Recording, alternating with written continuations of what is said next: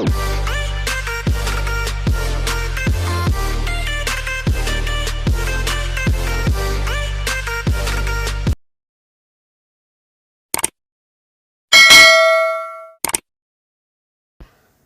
guys, apa kabarnya? Gue harap lo baik-baik aja dan terima kasih udah mampir di channel YouTube Narasi Gua.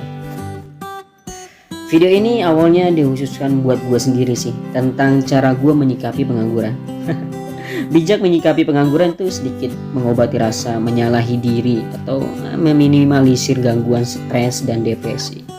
Lebay gak sih?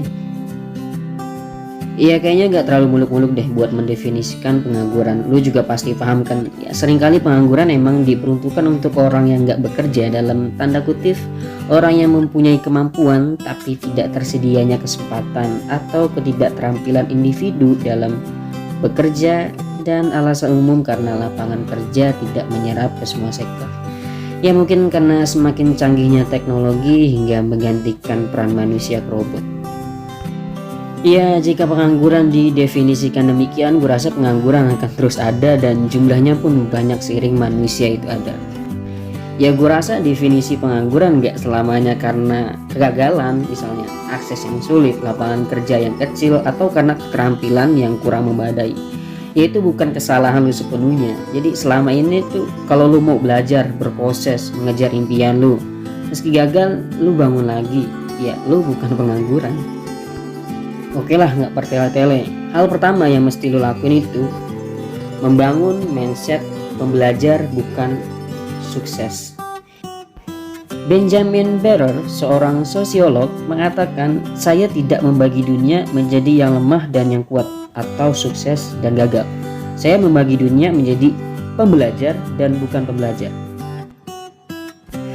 Belum mendapatkan pekerjaan saat ini tidak membuat lo gagal seutuhnya, merasa depresi karena tuntutan keluarga dan lingkungan misalnya. Itu seharusnya membuat lo tuh mencoba dan mencoba lagi, belajar dan belajar lagi. Jika belum beruntung misalnya, belum menemukan tempat yang sesuai dengan tipe pekerjaan lo, ya itu sebuah proses dari pembelajaran. Misalnya nih, kira-kira apa nih yang belum gua upgrade dari diri gua, apa nih yang perlu diperbaiki, dan tanyakan kenapa gitu. Dengan demikian kita tuh berpotensi untuk memperbaiki kesalahan.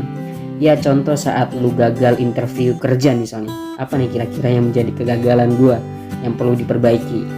Dan banyak sih aspek-aspek lain yang lu harus belajar dari kegagalan itu. Oke, hal yang kedua itu jangan sekedar ikut-ikutan, lu paham hidup lu. Ya kadang rencana dan impian yang kita cita-citakan kandas lantaran orang lain ikut campur dalam urusan kita pribadi. Oke lah, masukan orang lain itu baik. Ya kadang gak selamanya maksud yang baik tidak cocok dengan kehidupan kita loh. Ya kita tuh punya segudang pengalaman dan potensi yang kita punya yang hanya kita yang tahu gitu. Maksudnya gini, misal lu berbakat di bidang bisnis, tapi karena mendengar masukan yang nyatanya jauh dari potensi yang lu punya, ya lu merasa terombang-ambing alias nggak punya pendirian. Ketiga itu bangun relasi, pererat silaturahmi. Bangun relasi itu nggak terikat waktu. Lo misalnya pas kuliah dulu atau pas SMA, lu bisa kok membangun relasi itu lagi gitu kan, mempererat silaturahim yang udah lama rapuh, atau ya itu akan membuka jalan rezeki lu. Dan relasi dan silaturahim ini juga akan menemukan jalan titik dimana lu dapet hal yang selama ini lu cari gitu kan. Nah coba deh lu telepon temen lu gitu kan yang lama, lu tanya kabarnya gimana, berbagi kisah gitu kan, berbagi pengalaman. Nah dari situlah lu bangun komunikasi lagi, asal lu jangan modus-modus lah. Yang keempat itu bertindak positif dan produktif. Hal positif itu ya berolahraga tiap hari, lu jalanin hobi lu apa aja, berenang kayak, bermain basket, main futsal, atau membaca buku. Yang penting lu lakuin hal produktif, asal jangan terlalu sering main sosmed dan game. Meskipun bisa menghilangkan jenuh, stres, tapi nggak baik kalau lu main terus, yang ada lu bakal overthinking.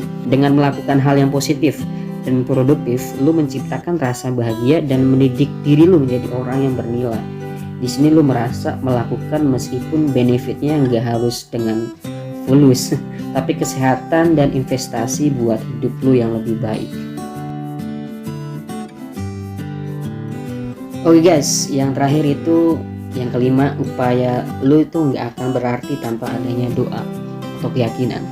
Berharap dan mengejar mimpi nggak diiringi doa nggak cukup untuk mendorong lu untuk mencapai cita-cita. Doa itu harapan, doa itu juga berarti ketidakberdayaan kita gitu kan. Ada potensi di luar diri kita untuk mendobrak impian dengan berdoa. Ya udah gitu aja sih. Jadi itu semua berharga kok. Lu pun yang sedang nonton video ini tuh berarti lu nggak pengangguran lah. Bekerja kan nggak harus dengan berdasi, uang bisa dicari, begitu juga dengan rezeki udah ada proporsinya sih. Tapi jangan kebanyakan rebahan. Nggak apa sih rebahan kalau lu diam-diam main saham gitu kan. Terima kasih udah nonton channel YouTube Narasi gue, semoga bermanfaat. Gue Adam Mubarok undur diri. Dadah. Wassalam.